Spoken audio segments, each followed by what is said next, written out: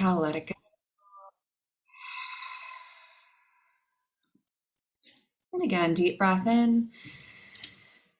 Hold, sip in a little bit more.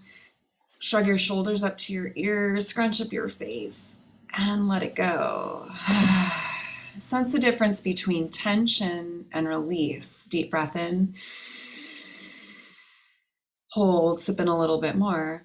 Shrug your shoulders up to your ears, scrunch up your face and your body, and let it go.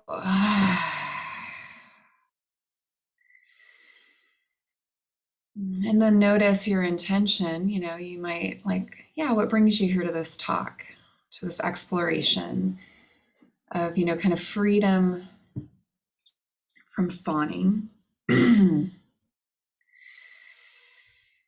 which is really permission to be at ease, permission to be ourselves, a sense of consistently being at ease inside of our own skin. So maybe your intention is for more peace or ease, or to connect, to learn. Maybe there's some other intention. Just knowing our intention, just starting to sense that there's always an implicit or an explicit intention. And so we emphasize, this explicit intention, kind of getting to know what it means and what it feels like to make contact with the heart's deepest longing and deepest want. And then to bring it into the light of awareness.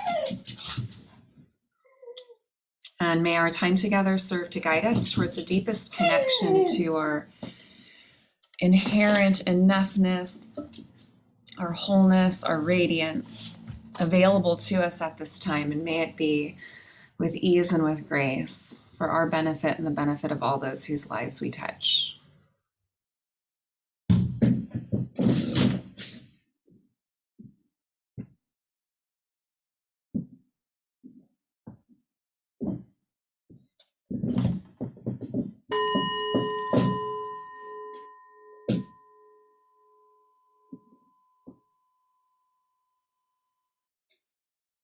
And as we flood our eyes open, I invite you to let your gaze be downward, and then you can just, now as we start to lift the gaze, I want you to sense that you're seeing through your eyes, but you're in your body still. You can kind of look down again if you need to get a sense of that, right? And so you're looking up, and then, okay, I'm in my body and I'm looking. And what's that like? Right? And then you can look around your space. What's it like to orient to your space while you stay in your body? Look behind you, look behind both shoulders. Okay. And then we'll orient to each other. And I invite you to orient to the pleasing, right? I brought in these flowers for you, orange roses and blue flowers too. I like orange and blue mixed together. So, I'm trying to, and then there's the candle in the background. All of these things are things that we don't acclimate to in terms of soothing, like soothing the nervous system. One of the ways we soothe the nervous system is by noticing what is pleasing, which is something that people with CPTSD or complex post-traumatic stress disorder, and I'll unpack what that is in a moment, we haven't been taught it. And so we get to learn it now.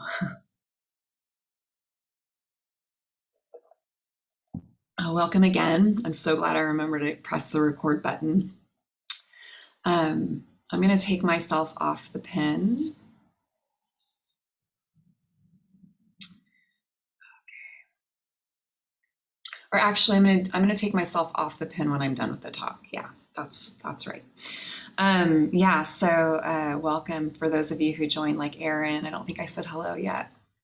So good to be with you. We're talking about fawning today and freedom from fawning. Good, Tina, to get a fix of wellness. You already put your intentions in. Feels like family. I'd love to hear. Yeah, just go ahead and if you'd like, put your intention in the chat. What brings you here? Healing. Good, Marlene. Thank you.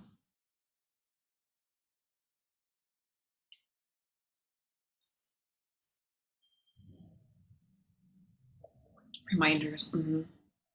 Feels like a safe place to go. Thank you, Anna. Thank you, Erin. Marilyn. Practice settling and soothing. Yes. Good. Okay.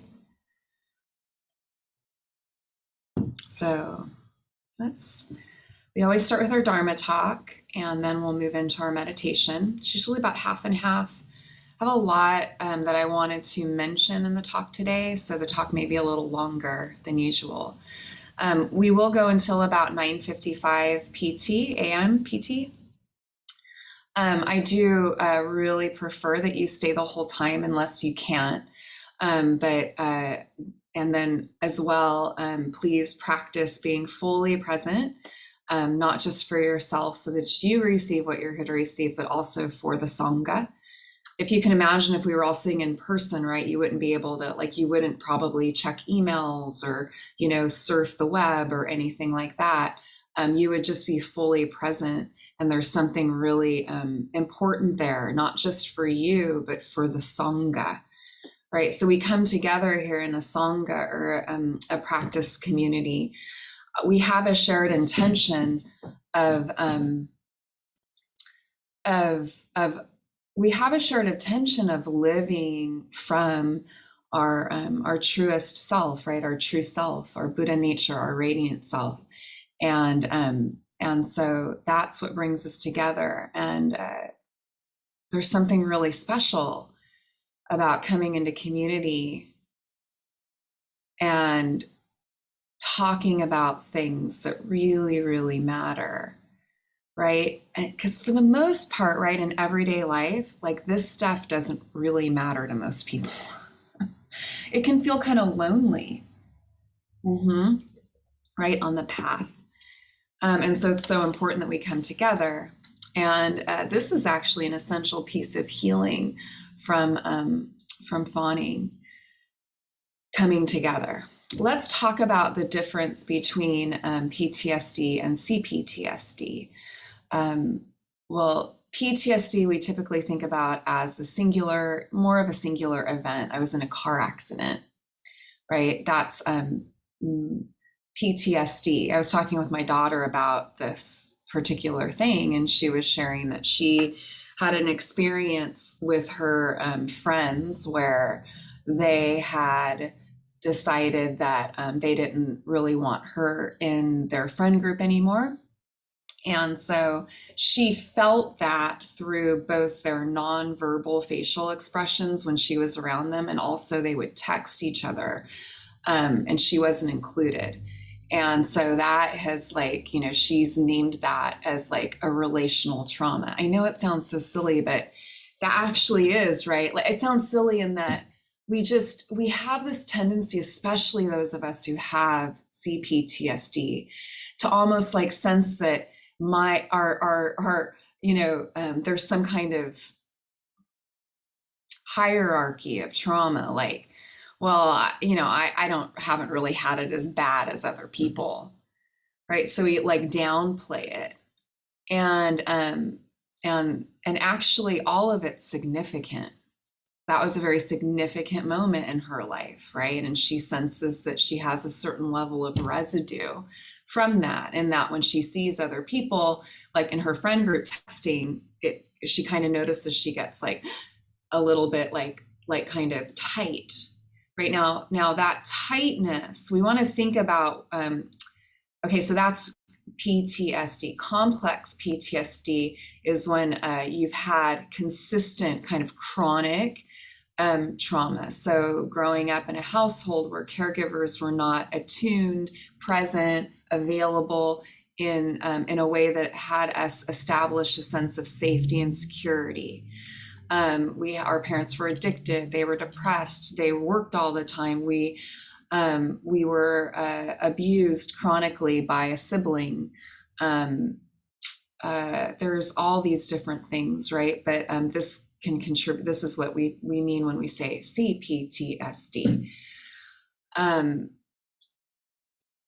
So given that, let's talk about the four kind of responses that we think about when we have PTSD or CPTSD. Now, in someone with CPTSD, it's just not as clean, right? A person with CPTSD is, kind of chronically activated. And you know what I'm talking about. I know what I'm talking about because I live it, right? And my practice has so much helped me really get a sense of authenticity and belonging that I didn't have any access to before I was an adult. And so gosh, right, it's like my deepest desire, as it probably is yours, because there's some of you on the call here that are coaches and teachers and such, that we help people feel better inside their own skin. Because when you've lived with that kind of chronic activation of the nervous system, it's hard to imagine that there could be anything that it's hard to imagine how good it could be, right? The good news is, like, we can, right? That all of this stuff can be worked with and it can be healed. And so that's what this is all about. So let's talk about the different responses. We have fight, flight, freeze, and fawn. And I'm going to specifically speak to fawn today, though the others I'll probably do some talk about at some point as well. So fight, flight, freeze, fawn. Fight, we typically engage in all of them as strategies to mitigate threat. And they're all things that happen when our nervous systems go into the stress response.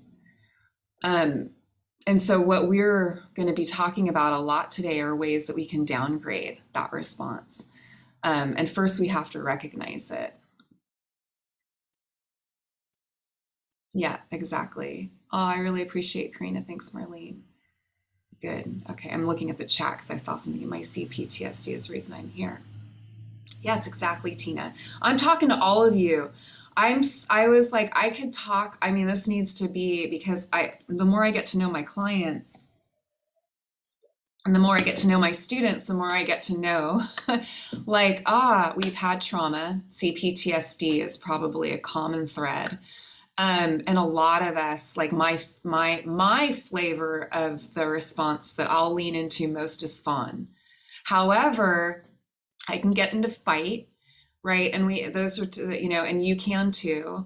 And typically, I can't talk about all of that right now. I got to stay on fawn. Okay. But we fight, flight, freeze, but we're going to, anyway. We can go into more than one, but we tend to have one that we favor. And if you're going to fawn response, let me talk about what that is. This is from Pete Walker, who he has a great book. I forget the title of it right now. It's about it's about this. Anyway, it's really good. So I would highly recommend it. But he said those who are repetitively traumatized in childhood often learn to survive by over-relying on the use of one or two of the 4F responses. Fixation in any one 4F response not only delimits the ability to access all the others, but also severely impairs the individual's ability to relax into an undefended state, circumscribing him in a very narrow, impoverished experience of life. Over time, a habitual 4F defense also serves to distract the individual from the accumulating, unbearable feelings of her current alienation and unresolved past trauma.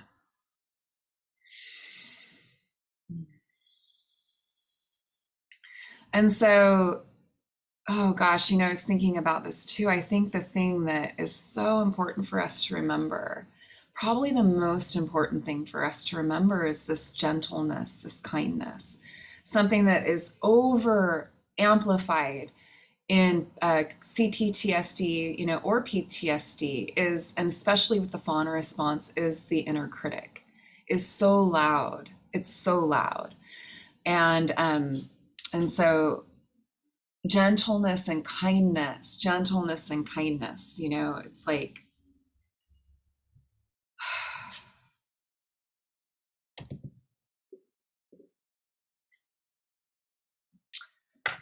I keep thinking about Veronica Cresto talking about self-love being a law in your life.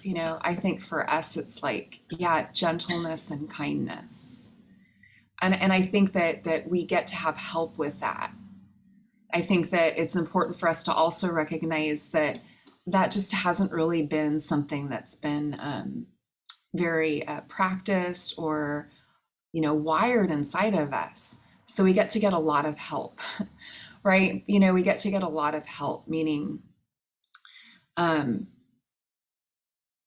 healing, and like tending to our own healing, getting to know ourselves, getting to know our emotions and our needs, and really, slowing down. All of that is our medicine. Now, the good news, which is a lot of what we're going to talk about here, it's good news. One thing, awareness of these things is good news, right? Usually just becoming more aware, there's some relief just in that, right? And then with awareness comes, and that's going to be the first thing we talk about in our talk when I get there. With awareness can come, with awareness comes healing. So it's important for us to remember that trauma isn't a mistake. Now, this is very, kind of a Buddhist, perspective and orientation. That's the good, like, that's why I love dukkha. That's probably why you love dukkha. It's just the truth that, like all living beings go through trauma. Because inherent to life and existence is trauma. It's inherent. Birth is traumatic, right? So the grief, like we lose, it's inherent to life, or our gains and losses, and all of the, those things we deal with. Life is inherently, embedded with trauma. It's not a mistake. Part of our suffering comes from thinking that it shouldn't be that way, right? That life shouldn't be so hard or whatever. But it's funny how it can be great relief to realize that no, it's no mistake. It's just, this is life. This is the way life is. It's like kind of a law. And so there's nothing wrong with us for having feelings, despite what has been understood about mindfulness and meditation from Western psychology. And this is from Mark Epstein. Western psychology teaches that if we understand the cause of trauma, we might move past it, while many drawn to Eastern practices see meditation as a means of rising above or distancing themselves from their most difficult emotions. Both fail to recognize that trauma is an indivisible part of life and can be used as a lever for growth and an even ever deeper understanding of change. When we regard trauma with this perspective, understanding that suffering is universal and without logic. Oh, let me say that again. Understanding that suffering is impersonal and without logic. Our pain connects us to the world on a more fundamental level. The way out of pain is through it. Mark Epstein, he's a Western psychologist that just has done, he's done a lot of work around trauma. Gabor Mate, right? I mentioned Pete Walker.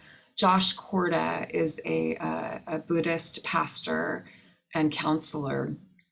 He has Dharma Punks NYC, if many of you know, because I recommend his talks, and I go to as many of his talks as I can. I listen to all of them if I can't make them live. but he broadcasts and streams Dharma talks. The reason I'm mentioning him is because he also speaks about trauma very well in his work, and you can just check him out on anywhere you get podcasts. But he has a great talk on fawning as well, that I recommend. And so let's talk about signs of fawning. You find it overwhelmingly challenging not to placate someone who is angry or irritable. I want you to think about those two things, angry and irritable. And I want you to think about your patterns with those kinds of people in your life, or when you notice some people do have a way of rolling in life where they're kind of chronically angry and irritable. If they're dealing with trauma, it's because they're hanging out more in the fight response. Right now, those types of people can tend to, if we're around anger, irritation, the fawn response will kick in. Like, okay, I'll talk more about that in a moment. Inability to identify needs and feeling of our own. Take on more at work, even if we're overwhelmed. We might be like, I got it. You don't have it, right? I mean, and sometimes the people in our lives know that, right? And then if we do that too much, we become, it's hard to trust that person, because it's like, that they can't take this on. This happens sometimes with my husband, where he'll because he really he wants to do well, and he wants to do it. But I'm over here going, oh, wait a second, but I know he's got all these things, and I know my husband, I don't think that's realistically going to happen. Let me take Solly to singing on Mondays, I know you would do it if you could, but he'll just be like, I'll do it, right? And it's like, oh, so yeah. And it's, he means well, he's just not in touch, right, he's not in touch with how he's really, possibly how he's really feeling. Meaning, oftentimes, this is a leading cause of burnout at work. We deflect anger onto innocent people. So there's just some signs. There's a lot of others. People pleasing is a word that's used for fawning. It's the same thing. Anytime you're I guess people pleasing is a flavor of fawning, right? It's a flavor of it. Another thing with people who tend towards fawning will also tend towards people who exploit that. So you'll often find that you'll be attracted to or be in relationship with people who are narcissistic, some flavor of narcissistic. The reasons it's so painful, one of them is because the negative feelings that you have are just, all of them are turned inward, because there's so much responsibility that's taken for another person's experience. Everything gets shifted inward. We are vulnerable to narcissists. It's hard to have deep, satisfying relationships. We have pervasive imposter syndrome. Those are just a few of the reasons it's so painful. The reasons I'm bringing this up is that's how we're motivated to we can have freedom from that. You can have utter confidence right now in your capacity to heal. Utter confidence. I think, we talk about healing, it's lifelong, right? It's lifelong, but it can get really good. We're just starting to open up our capacity to sense into that. Wow, it can get really good. Especially our relational world, because that's what really suffers, is the relational field, because we don't feel really authentic, because we're not being really authentic. And so we feel estranged from people, even if we're close. And friendships can feel threatening. Of course, romantic relationships can feel threatening. Actually, all relationships can feel threatening, because we haven't sensed a way of being safe and secure. Now, obviously you do in your life have relationships where you do feel safe and secure with people. But there might not be very many people like that. And that's okay. You know, that's part of this. But imagine that you can start as you heal, as we heal this, we can start to have a sense of being, feeling more authentic and more safe inside of more relationships. This is from Tara Brach. Each time you meet an old emotional pattern with presence, your awakening to truth can deepen. There's less identification with the self in the story and more ability to rest in the awareness that is witnessing what's happening. You become more able to abide in compassion, to remember and trust your true home. Rather than cycling repetitively through old conditioning, you are actually spiraling towards freedom. Okay, what does freedom feel like in the body? I want you to think in terms of a lot of times this, right? I mean, almost all the time this stuff is triggered in the relational field. We want to think about like when we feel comfortable, safe, and secure in relationship, the term for that is like socially engaged. We're either in that or we are having like a trauma response in a social situation, which means we're going to go into fight, flight, freeze, fawn. Because the first thing I really wanted to emphasize here, you know, is awareness. We want to start to get a sense in our bodies of when we're triggered into a trauma response. How does that? Because that's when we can start to like sense or catch ourselves, right?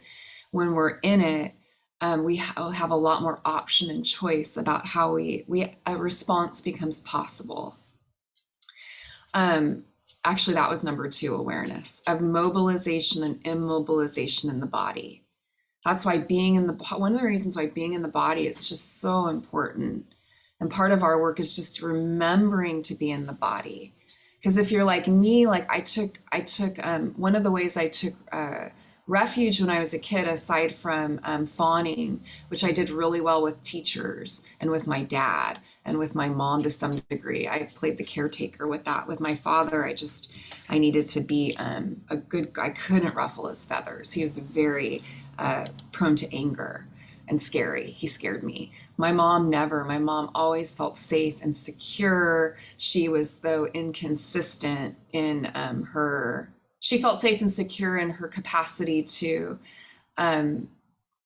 hold my, like if I had to tell her something that was troubling me, if she was around, you know, and she was there, she would really listen. I use that a lot in my work today. My mom was like my teacher in that. But she had issues, right? She had other issues that kind of pulled her attention away from me. So I would, you know, work on fixing her or caretaking her. I don't know where I was going. I was talking about awareness of mobilization and immobilization in the body. I don't know where I was going with my example with my mom and my dad. I don't know. I was going somewhere and you probably know. You're like, want to tell me. But anyway, I'm going to get back to my points here. We've learned to leave our bodies. I learned to leave my body through fawning, but also through fantasizing. So living in my head and fantasizing, I would create great stories and scenarios, right? And it was part of what fueled my writing. And I read all the time. So I learned to escape in books, which was I still am such a voracious reader. Let me see. The number one thing we have to keep in mind is forgiveness. And when I say forgiveness, I mean, you can't help yourself from going into one of these responses. It really is out of your control. This is important to get. It's important to understand. I remember when I first got this in a session with one of my teachers, when she said, it's like really like, I was talking about an incident that I'd had, and I was like describing what happened inside of myself in our work, and I had so much judgment around the fact that I had gotten activated in that way. And she paused with me and she said, not your fault. Like seriously, really not your fault. You have no control over that. Like, I really want you to sense the truth of that. And I went in and I'm like, she was right. I didn't have any control. If I could prevent it from happening, I would, because it's so painful. It just happens, right? And so rather than asking yourself, why am I like this? As Oprah has a book right out called What Happened to Me? We can ask ourselves, what happened to me? Instead of why am I like, what's wrong with me? What happened to me? When we notice ourselves triggered. 2, awareness of mobilization, immobilization, and then how do we recover? Well, we want to prioritize a sense of safety. And how do we do this in social situations when, I learned this from Josh Corda. One of the ways that we can help ourselves relax in social situations is that we can give ourselves, he called it avoiding ambushes, because there's certain people who trigger the fawn response in us, and you know who they are. Or you can just take a moment, and I encourage you to write down, people in your life that initiate this as part of your own recovery and healing. If you run into someone like that on the street, or they call you and you see them come through on caller ID, it's good to give yourself a beat. Don't respond right away, right? Prepare yourself. Take some time, because you know that your habit is to just say yes, or your habit is to submerge yourself and be disingenuous and inauthentic. And so prepare yourself. I really liked that. Heal core shame. Phoenix. Oh, she's digging. Hold on just a second. You're gonna dig the candle right down. Okay, out. I don't want to play right now. No digging. No.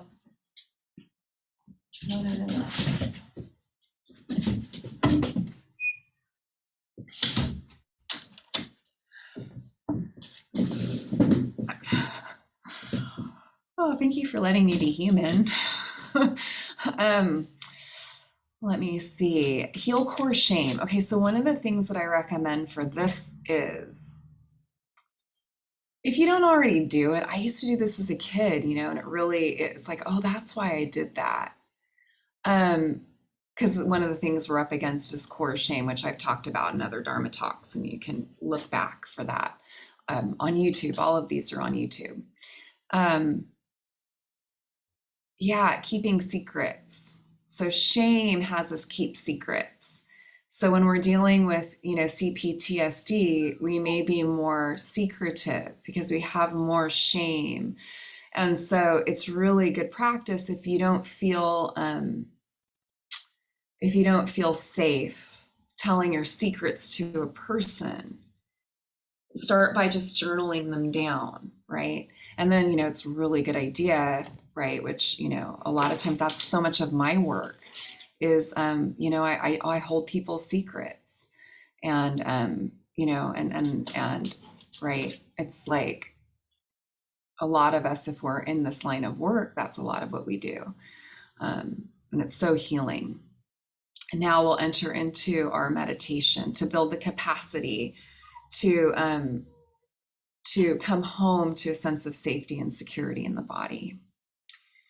So go ahead and make yourself comfortable.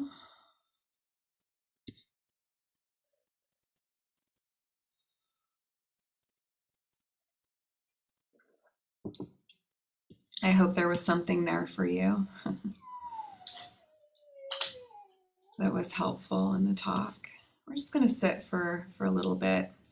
At this juncture, I'm going to mention that, these talks and these meditations are freely offered, and your donations really make a difference. So you can PayPal me or Venmo me or Zelle me, and I really do appreciate all of your donations. Thank you, thank you, thank you. And then also go ahead and share these with others that you think would benefit um, from this gathering. Let's build our community.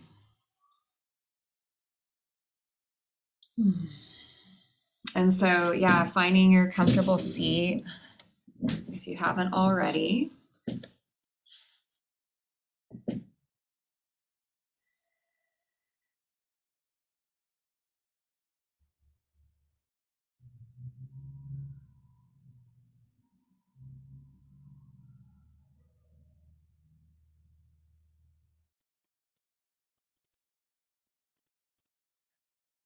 We want to just begin here by establishing a sense of ease, openness.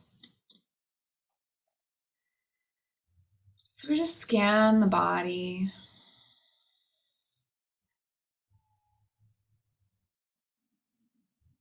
And just notice if there's 5 or 10% more ease available.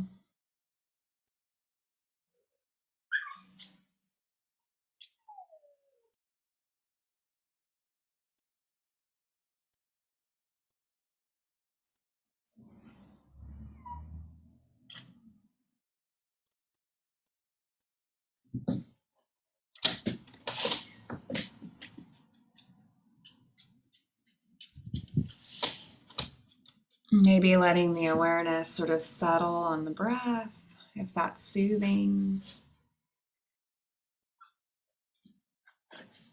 And I want you to sense into that word soothing.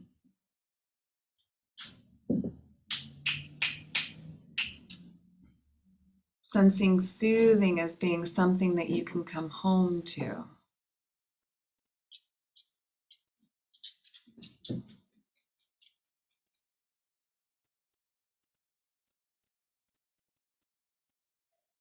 It's like, oh, that's right. I don't have to hold it all together. I don't have to curate my inner experience. And for now, I don't have to game anything out. I don't have to game out the future. Not even what's going to happen in the next hour or what I'm going to do after the meditation. I'm just going to set all that aside and just come home to a sense of soothing.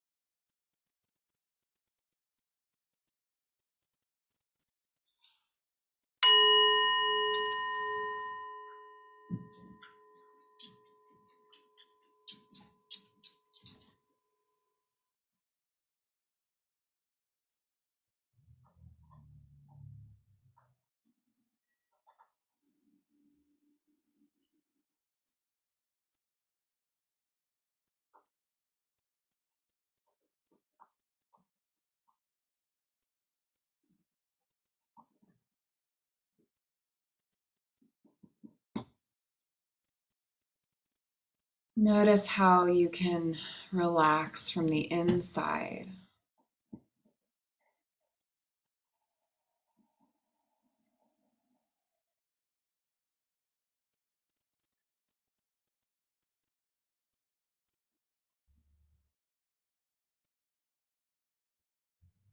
The usual guarding that happens without us even knowing it. The belly and the throat, the chest can just soften.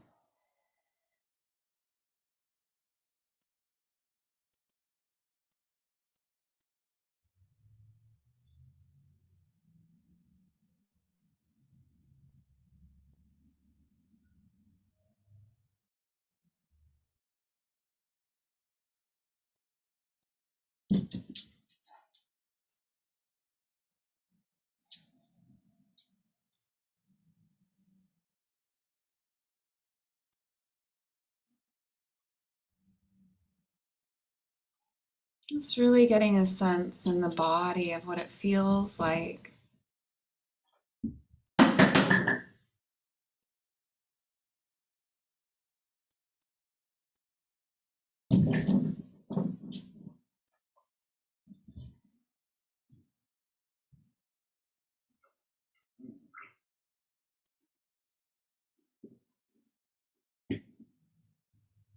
To feel safe and secure.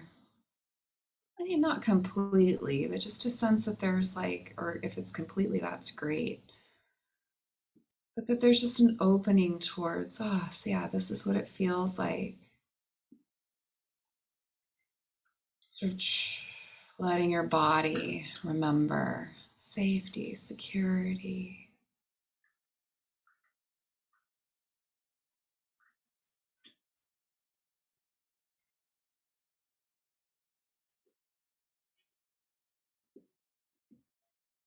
Notice what it feels like in the body.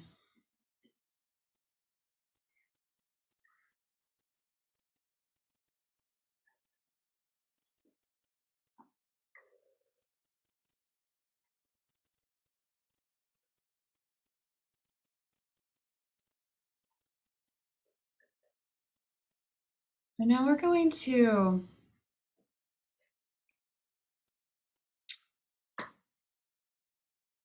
bring in, just bring in a being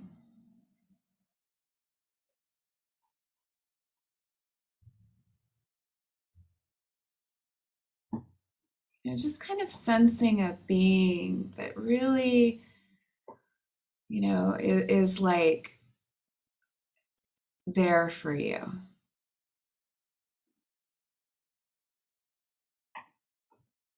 It could be archetypal, like the Sacred Mother or the Buddha, or it could be, or there can be some other archetype,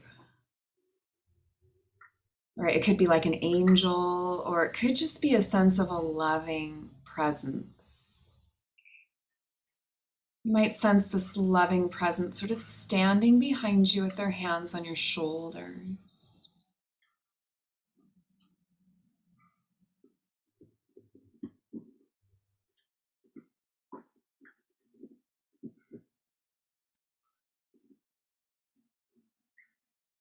And now bring to mind a person that evokes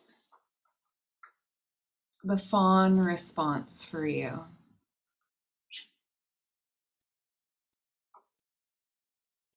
Somebody that you find, you'll say yes to even when you're overloaded or overwhelmed, or someone who you're careful around. Maybe you walk on eggshells. You don't want to ruffle their feathers.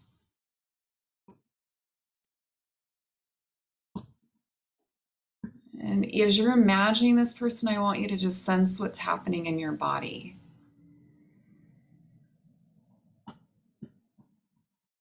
You might notice a tightening up of the chest or the belly. What's happening there?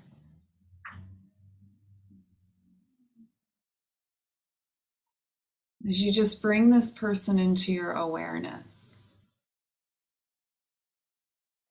you're just, you're sensing what it's like to be with this person in your body.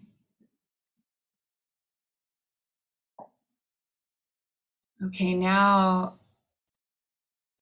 noticing the tension, I want you to lean back towards the angel or the support, the loving presence with its hands on your shoulders. So you're sensing this tension as you're sensing this loving presence supporting you. And this loving presence is just with you and helping you just relax. Relax the throat. Relax the belly. Relax.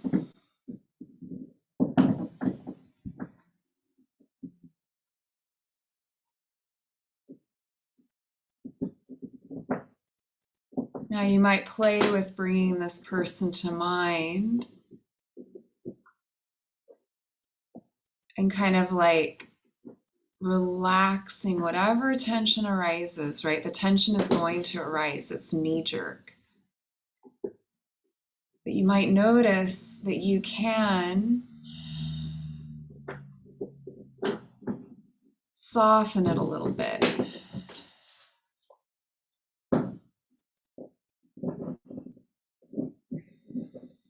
Let your system come into some stabilization, some sense of regulation. Remembering the loving presence that's with you, supporting you, and holding this.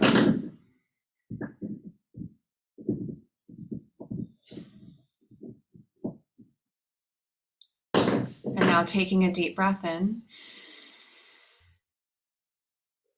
And we'll sigh it out.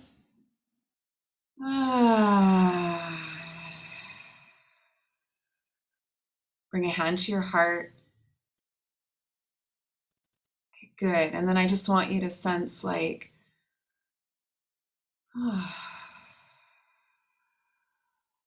how courageous you are as you let go of the image of the person that you fawn around. Let them go.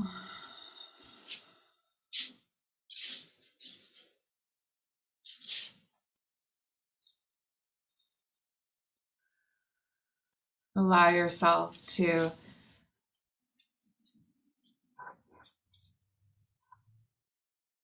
recognize your goodness,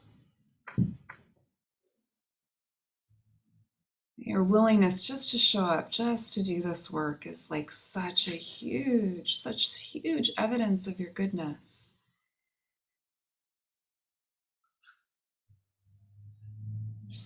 And as we close our meditation, we're going to chant the blessings of metta. We'll chant 3 times as we offer the merits of our practice to all beings in the 4 directions, north, south, east, and west, especially for those who are really struggling with this in their lives, who may not have access to these teachings in this moment. May they feel the relief of these teachings with us. May we share that with them. May we be filled with loving kindness. May we be well. May we be peaceful and at ease. May we be happy. May we be filled with loving kindness. May we be well. May we be peaceful and at ease. May we be happy.